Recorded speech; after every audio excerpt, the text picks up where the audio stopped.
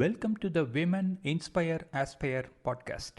In this episode, I talked to Ayushi Biswas about groundwater and hydrogeology. Hi Ayushi, thank you for accepting my invite to appear in the podcast. How are you doing today? Hi Venkat, thank you so much for having me. I'm doing good. How are you? I'm doing great. I am pretty excited to have you in the podcast today because you come from a very specialized background, which is of hydrogeology. Could you please go ahead and tell us about your background, where you are from, what you do, etc.? Sure. So I am Ayushi Biswas.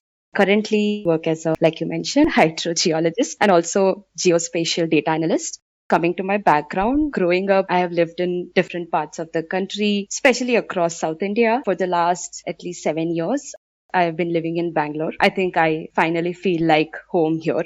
Coming to my academic background, I did my bachelor's and master's in geology, what we also call as earth sciences, with a specialization in hydrogeology. Okay, wonderful. So when you did your geology studies, did you study about rock? Yeah, actually, geology does mean study of rocks, but our curriculum is quite extensive, which goes beyond rocks, sort of volcanic eruptions, groundwater, gems, crystals, oceans, tectonic plates, planetary movements, things like that. Yeah. Fantastic. So that's a very rich study to study about gems and crystals. What made you pick this line of study and work? What were your childhood values that shaped the person that you are today? One thing I remember being told again and again is that hard work can't replace anything else. For a very long time, that's what I leaned on. Who I am today was shaped by various set of people who I met much later in my life, I would say. Apart from my elder sister, who I've known from my birth, my professors during my master's, my colleagues and also my partner have shaped me largely because I think I've been very lucky to live among people who care deeply and think deeply about the world, which also shape how I look at world. Over a period of time, I probably picked up values from each one of them here and there. I'm sad that I picked up some of these values probably late in life. Simple things like being curious, being kind, irrespective of what. Some of these came very late in my life, I would say, but I'm glad I'm here now. Along the way, I've also started valuing very minimal way of living and finding joy in very little things. It's quite interesting that I am doing a lot of podcasts these days with guests who follow minimalistic way of life. There is a lot of awareness around this area which I'm very happy about. Let's get into the subject of hydrogeology which you are working on. My first question is, what is the difference between hydrology and hydrogeology? Because both have hydro. What is hydrogeology? Yeah, so hydrogeology is basically study of groundwater. In very simple terms, it's the study of water that lives and moves through the rocks and the soil beneath our feet. Hydrology focuses more on surface water like rivers, lakes, rainfall, runoff, all the water I think that we can see.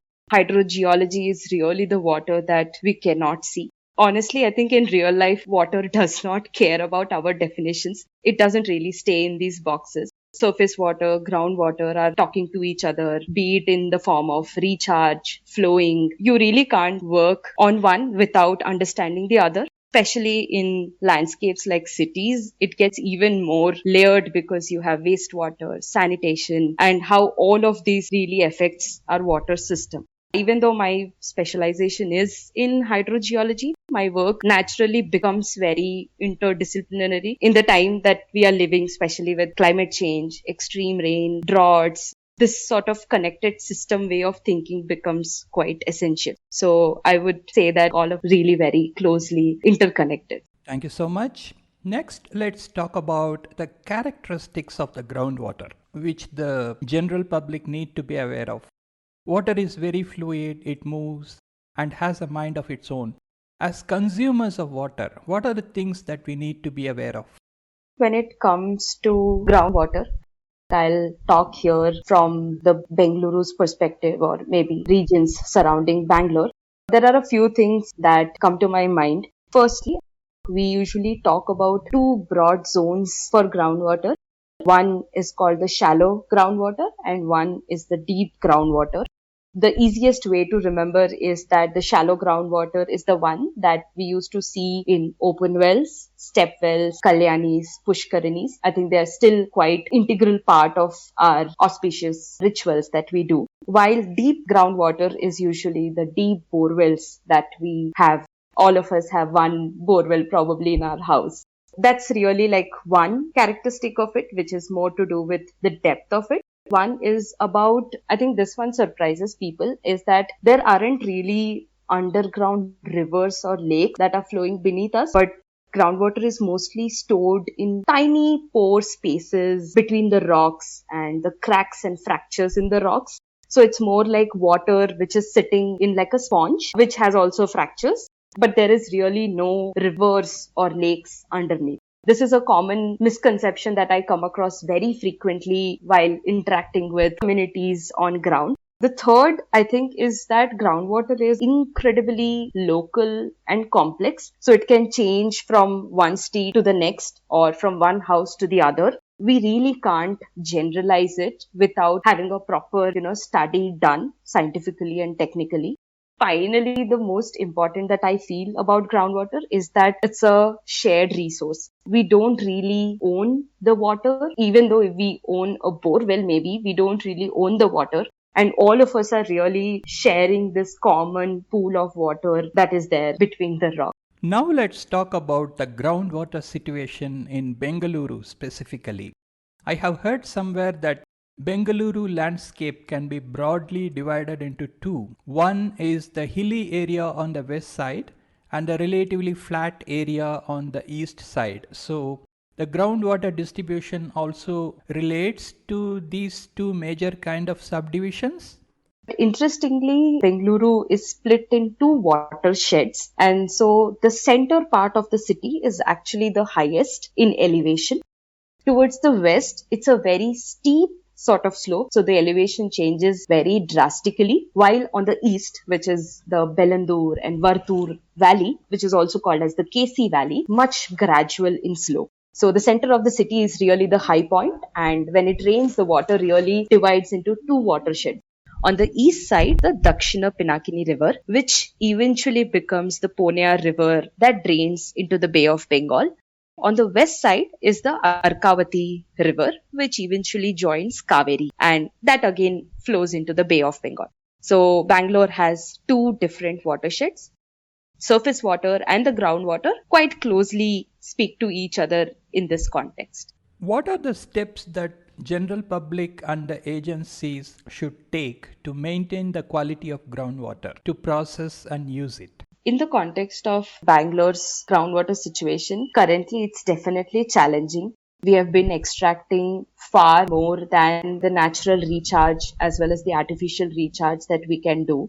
Today, almost 48 to 50% of the city is completely dependent on deep bore wells, especially the peripheral areas of the city. Also see tankers all across the city running back and forth.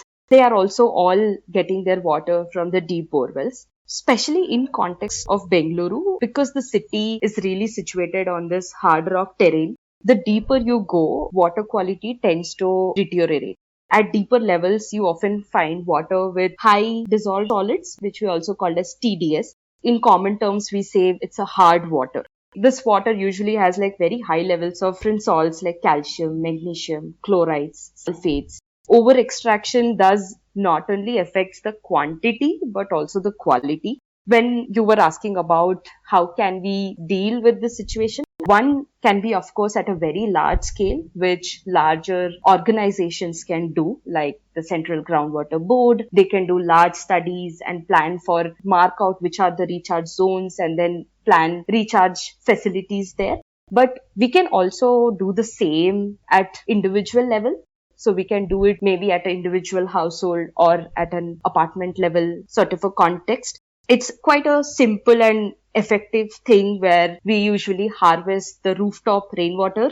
The idea is here first, you use the water as much as possible. You store it, and the remaining, which is excess, sort of overflows into a structure called as recharge well, which eventually slowly percolates the water into the ground. Bengaluru actually has clear bylaws on rainwater harvesting and groundwater recharge. And it also describes the various how a recharge well should be constructed, what should be its dimensions and things like that. So guidelines are already there. We just all need to follow it together. You spoke about natural and artificial recharge. Can you tell us in detail about what natural and what artificial recharge is? When it rains, naturally some amount of the rain goes as runoff. It flows over the surface, but certain part of it slowly absorbs in the soil. It infiltrates and percolates slowly, first reaching the shallow aquifer, which is the top part of the groundwater, and then eventually the deeper groundwater. So that is a natural sort of a recharge that is happening. But given the current rate of urbanization and sort of the concretization that we have, this natural recharge does not really happen. Thus, this rainwater harvesting and groundwater recharge using recharge wells become the artificial way of recharging, where you specifically put the water into the ground or deeper into the ground so that it recharges quickly into the ground. I was talking to a couple of people who live in the high-rise apartments.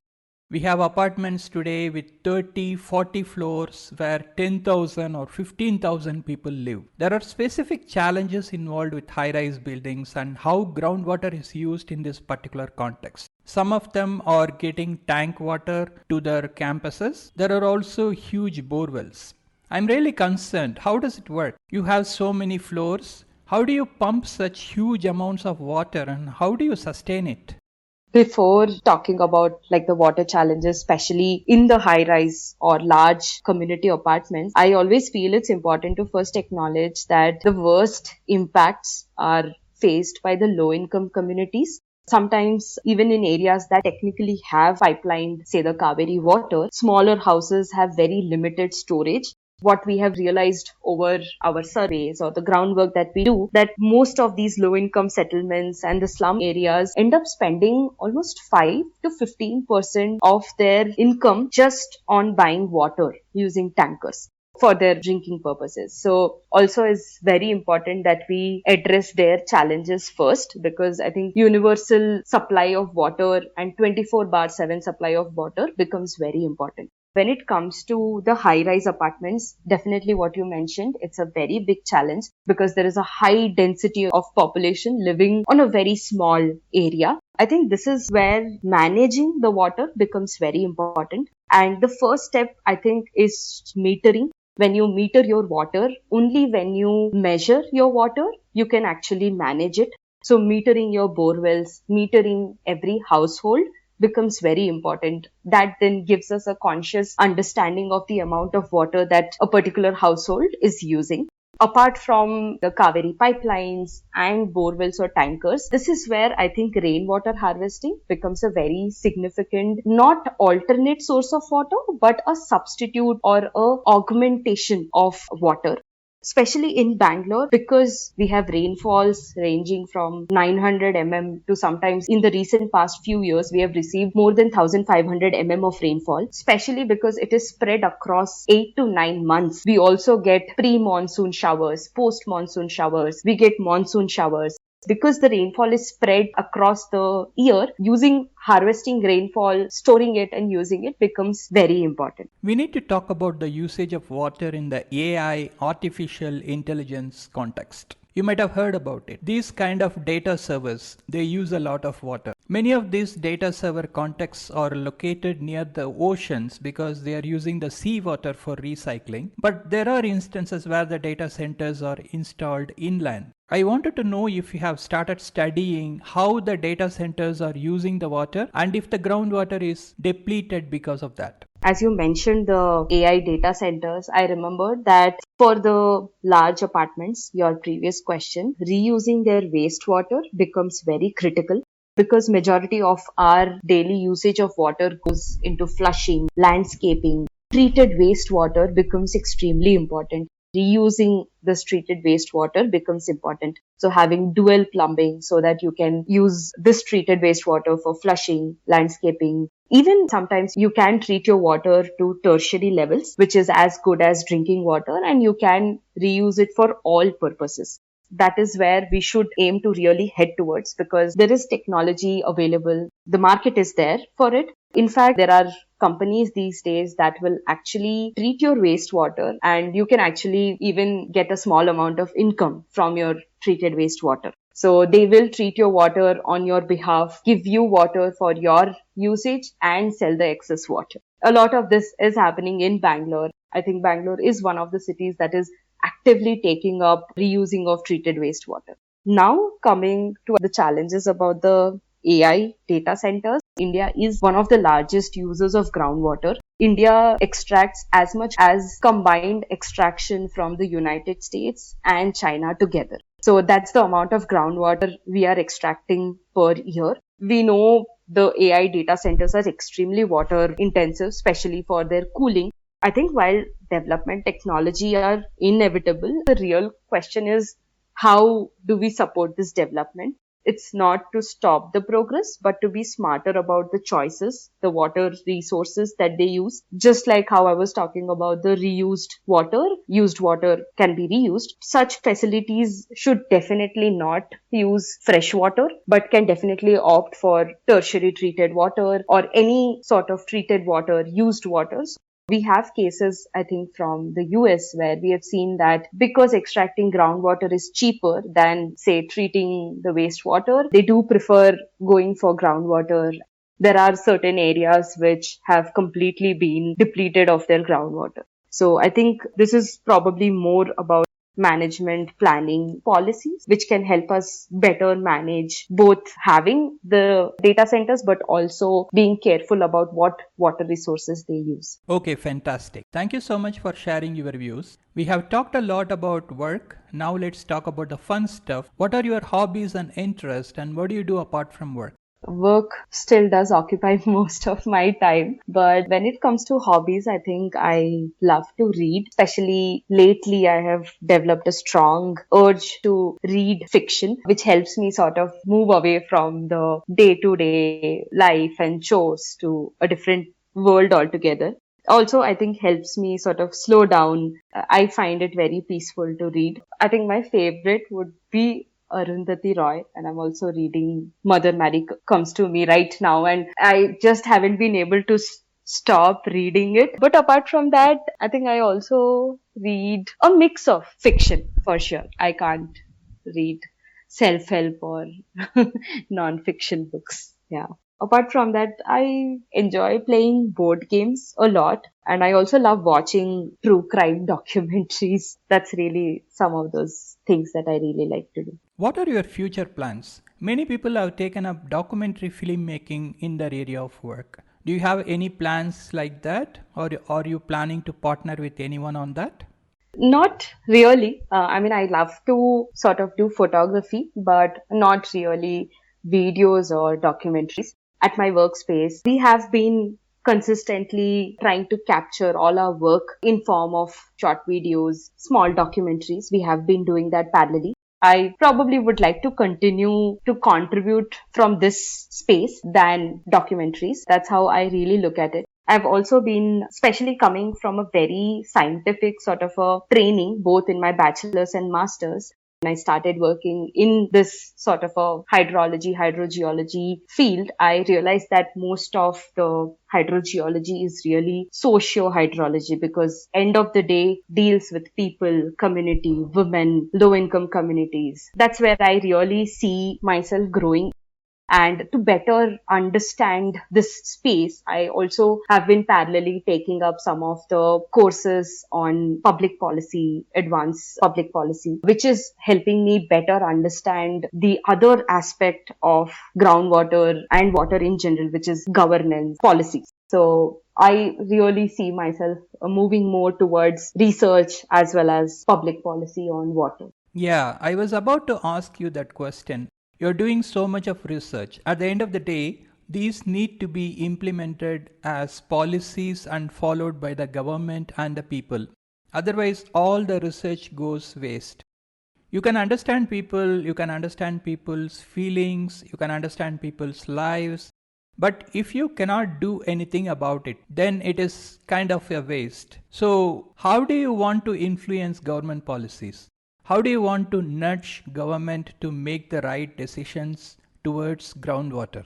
My research mostly is to support this implementation and see what better can be done, which area seems to be better for groundwater, actively working on managed groundwater recharge using treated wastewater, working with at different levels with Gram Panchayat, with town municipal councils, with city municipal councils to work along with them, with their community, with their watermen, well diggers, pump house operators. Been trying to very actively work along with them because they are honestly at the center of this entire waterscape and they are the ones who will manage the water and have been managing the water. I also look at my contribution of research in that angle. Let's talk about the societal issues that you care about. Climate change is an issue that is very close to my heart. I have been constantly working around climate change and water, constant interaction with climate change. I think apart from that, of course, I think being a woman myself, gender inequality is a large part of what I very strongly feel about. Yeah, I try to address it as much as possible in my own way, be it constantly being in touch with the women from the community who are always in the forefront of dealing with the water crisis whenever that happens. Maybe mentoring or guiding young college pass out, graduate pass out girls, maybe giving them some space around internships, connect them to better networks, connecting them to different people so they can have their own space to grow into. So that's how I try to really address it. Yeah, coming from a space myself where I was actively discouraged from taking geology because it is still a very male dominated field. And also as I continue to work, this field is also very, very male dominated and we find very few women working in this field. But I see that changing and that makes me very happy. That's something very close to my heart. You mentioned about climate change. In the context of where we live, have you observed climate change effect in any way in the part of the world that you live in, apart from the water perspective? The impact of climate change has been quite evident, even if we consider the Bengaluru city itself. Rainfall patterns have completely changed. When I speak to my grandmom, who's almost 80 now, she tells me how Bangalore was back in 1980s versus what Bangalore is now. Also going by the data, if you see our rainfalls have been becoming very intensive. Their frequencies are reducing, but the intensity is increasing. So we are having rainfalls of 100 mm in 2 or 3 hours or 80 mm of rainfall in a single day, which eventually causes the localized urban flooding wherever the drainages are not proper. So yeah, I think the impact of climate change has been very evident in a lot of places. Thank you so much for sharing your views on groundwater and the related topics. I wish you all the best in your life and whatever you aspire to do in your life. Please take care and bye for now. Thank you. Bye-bye. That was a great podcast with Ayushi Biswas. Please subscribe to this channel and follow it for more awesome podcasts. Opinions expressed by the guests in this podcast are their own. The host or the sponsors of the podcast do not condone the opinions expressed by the guests or the actions arising out of those opinions. Any decisions or actions that the listeners might take as a result of listening to this podcast must be based on their own judgment and will be at their own risk. The podcast host or their sponsors will not be held responsible for the consequences of any actions and or decisions taken as a result of any content in this podcast.